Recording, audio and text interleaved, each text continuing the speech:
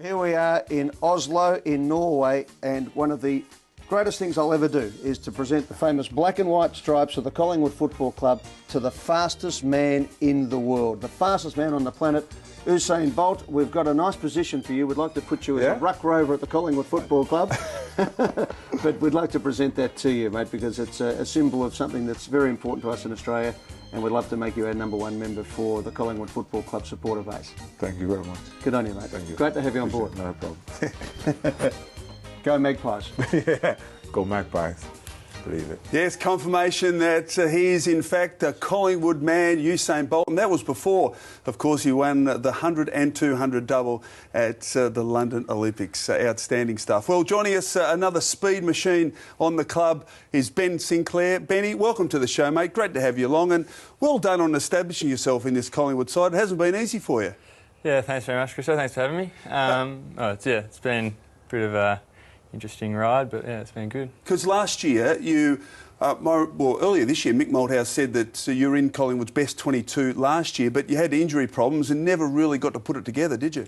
Yeah, at the start of the year, I had a stress fracture in my fibula, so that put me out for the first half of the year, and then mainly the second half of the year was just trying to get back into it, and then I was lucky enough to get a few games at the end of the year to get a bit of a taste of it. And you had a good pre-season, so really from the get-go this year, you've been able to really put your name up.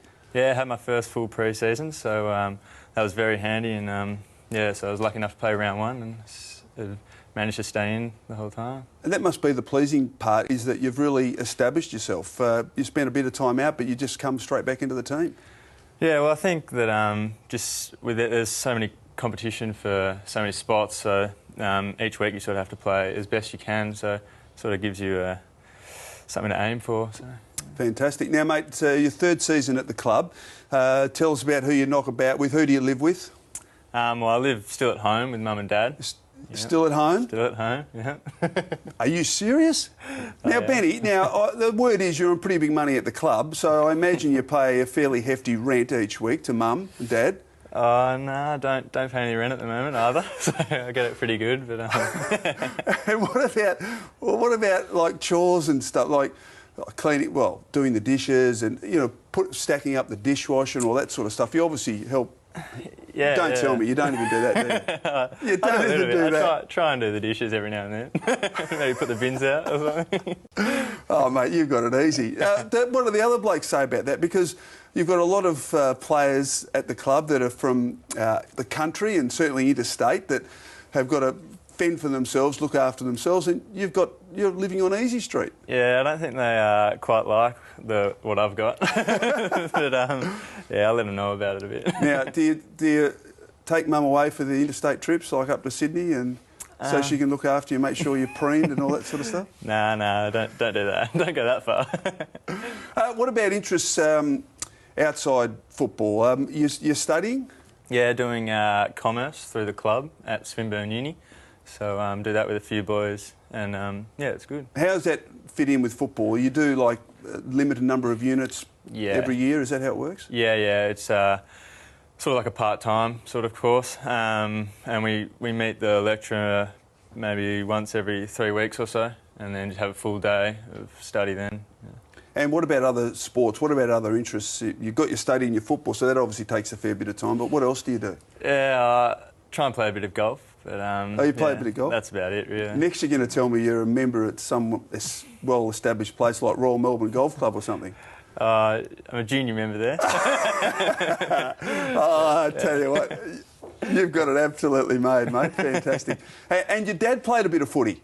Yeah, Dad played, I'm not sure how many games, about 45 or something like that. For Melbourne. For Melbourne? Yeah. Gee, you just missed out on father-son. You dodged a bullet there, mate. Yeah, no, I'm happy to be at Collingwood. Well, mate, stick with us because we've got more to talk about after the break. Ben Sinclair on the club with us. As we go to the break, a man who starred a couple of weeks ago, he beat hundreds to be able to go to the MCG at the Collingwood-St Kilda game to sing the Collingwood song. His name, Justin Stewart Cotter.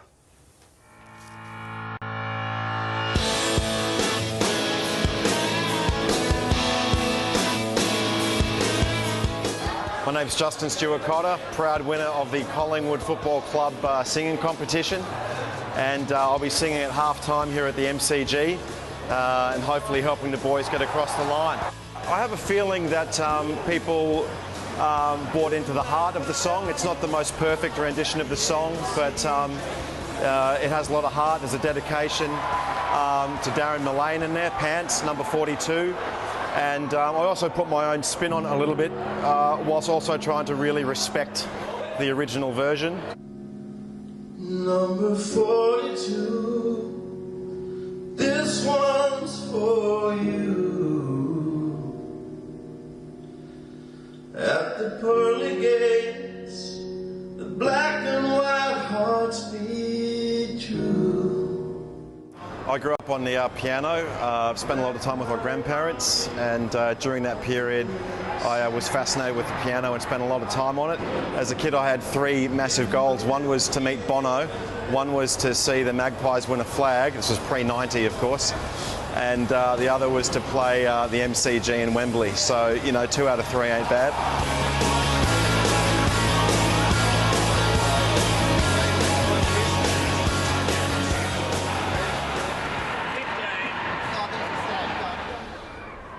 Good old Collingwood forever.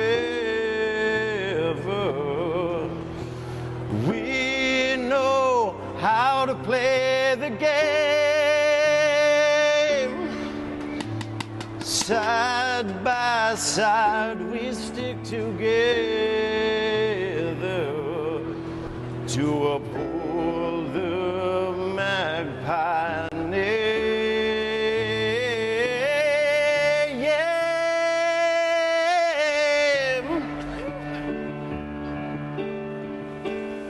It was like one of the best 3.5 minutes of my life, no doubt, and you know, just to sing in front of that many people, and for it to be about the Pies, and to have Pants in there as well, number 42. It's got to be the best day of my life.